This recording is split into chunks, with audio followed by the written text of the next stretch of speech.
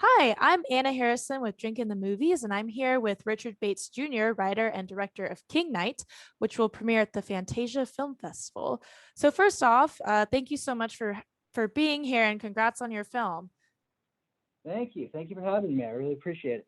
Yeah, so I watched it last night, and something that really struck me is that all the characters in it are, on the one hand, they're a bit ridiculous, but also on the other hand, they still have so much humanity. They have hopes and dreams and loves.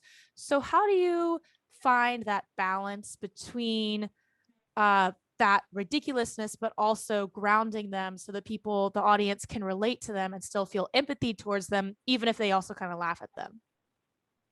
Right. Uh, so basically, it starts.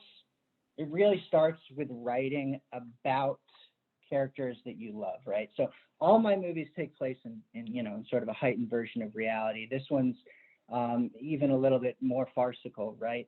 But when I started writing it, I was writing a movie to make myself happy and hopefully make other people happy. And I'd been pitched this director for hire script about a witch, not like a bad script or anything, just it made me realize that I like witches. I don't want to make an evil witch movie. I want to make a movie about nice witches, because my friends who are witches are truly the nicest human beings I know.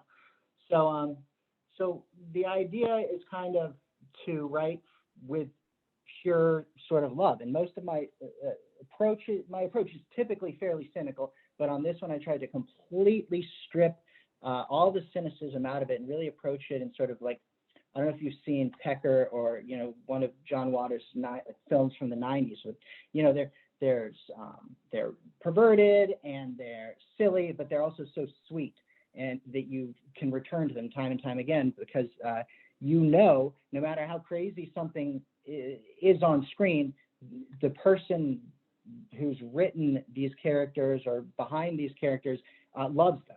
So that was the most important thing with King Knight, and the goal of, I grew up in the South where the very notion of witchcraft is evil, and the idea of showing treating witches as just regular characters, the way I would treat any characters in a comedy,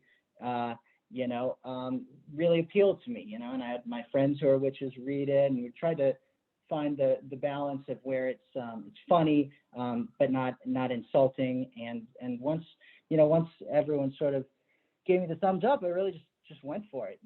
So in terms of like the tone question you had, I gave one broad note to the cast at the very beginning, and I said, no matter how ridiculous a line of dialogue seems to you or preposterous a scenario, you are not acting in a comedy. You are acting in Sophie's Choice. Well, I mean, it really came across like the heart there. It was no one was really making fun of the people that they were playing, and I thought that was really great. So you mentioned, you were talking about this is maybe a little bit more farcical than some other things that you've done.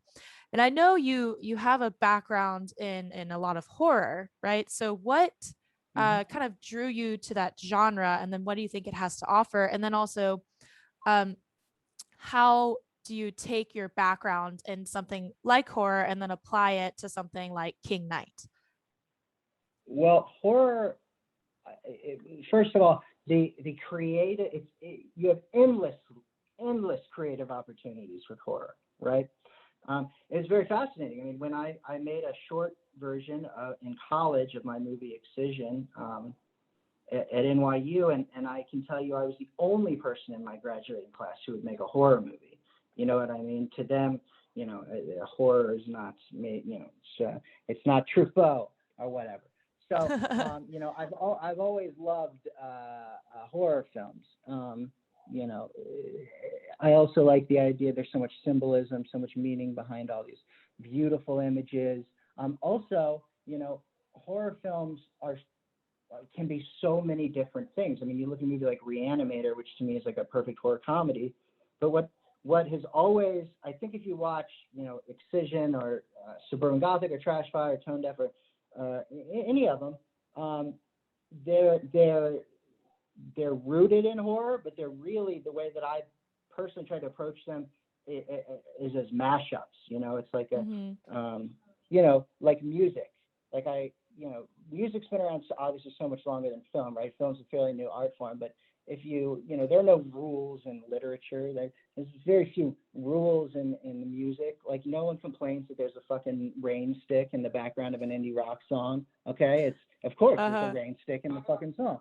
So with movies, it's earlier, so it's like I find a lot of joy in sort of experimenting with that. You know what I mean? It's so I treat it as kind of one of those girl talk albums that used to play at parties in college, where each song is like a mashup of 10 songs. Now I don't quite push it into 10 genres, right? But I treat it like music that inspires me.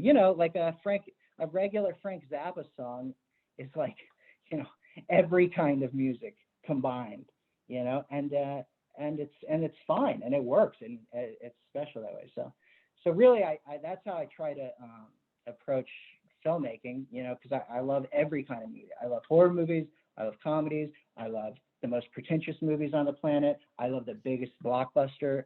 I just love movies. Yeah, yeah. So speaking of genre crossing, there's a bit in the movie that's kind of this psychedelic animated trip sequence. Hmm. So what was that process like to create that? Did you have any background in animation? Like what was all that like?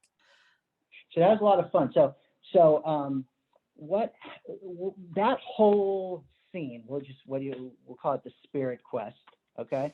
Okay. Is kind of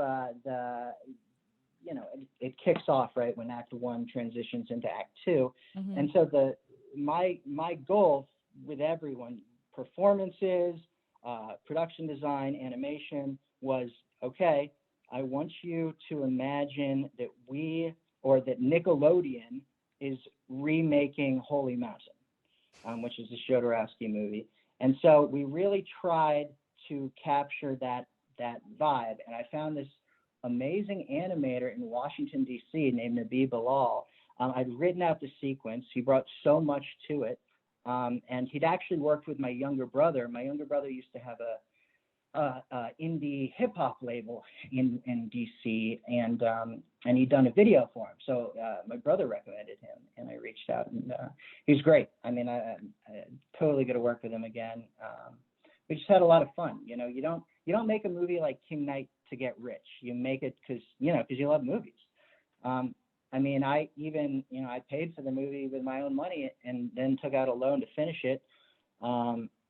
Just so that we could, feel like being in my parents' backyard when I was a kid again, and movies were just joy, and that allowed me to cast every actor, every role with the actor I actually wanted. I mean, I even did the contracts and negotiated them with the actors' agents this time around, which I'd never done all that paperwork before. And it allowed so much freedom, because everyone was kind of like-minded and there for the right reasons. Yeah, so speaking of actors, so you've worked with several of the performers in King Knight before, like Johnny Pemberton and Matthew Gray Gubler. So what kind of draws you to certain performers? And then, once you build a relationship with them, what are the sort of like how does that relationship evolve as you continue to work together Right. in these different projects? Yeah. So just the most instantly wonderful thing about that, right? When you're trying to create art on a budget and with time constraints, is that there's just immediately, when you know someone and you know their taste and they know yours, there's a shorthand, right? Mm-hmm.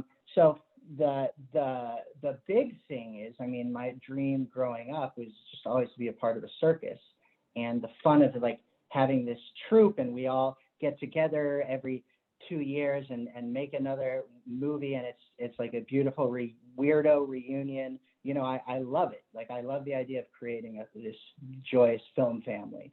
I mean, it's like coven in and of itself, right? So every time we find someone that really seems to enjoy the process and wants to do it again, bring them bring them back. Like, let's have fun again, and I love that. And it's, it makes every movie like a family reunion. Hmm. So I know we're running short on time, so I will have one last question for you, and it's definitely very hard hitting. Do Huh. you have a favorite snack to eat on set?